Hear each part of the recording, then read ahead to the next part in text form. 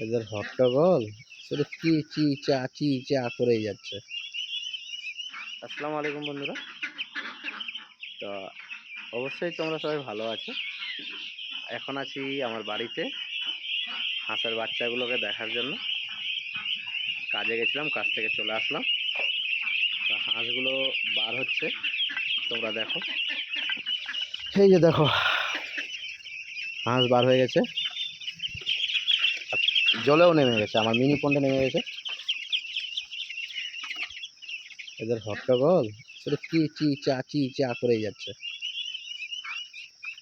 আর এই দিকে দেখো আমার বড় হাঁসগুলো আরাম করছে। আমার বড় হাঁস আরাম করছে। আর আমার সবজির বাগান লাগিয়েছি, করলা,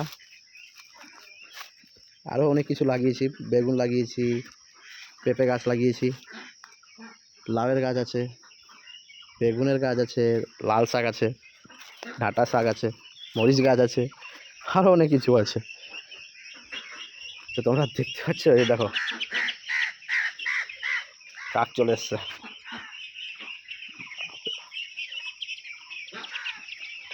এদের এখন গাইডেন্স করে দেখতে হবে। বাপরে বাপ, কি সারাদিন খেতে থাকছে, তাও কে করতেই যাচ্ছে, দেখছো? ধরতে পারলাম না। এই দেখো, এখন ছেড়ে দিব। কিছুক্ষণের জন্য এদেরকে বার করেছিলাম, এখন ঢুকিয়ে দিলাম এদেরকে। চল চল, তোদের জায়গায় যা যা যা যা যা যা, হ্যাঁ যা, এটা ওদের জায়গা। তো দেখা হচ্ছে পরের ভিডিওতে।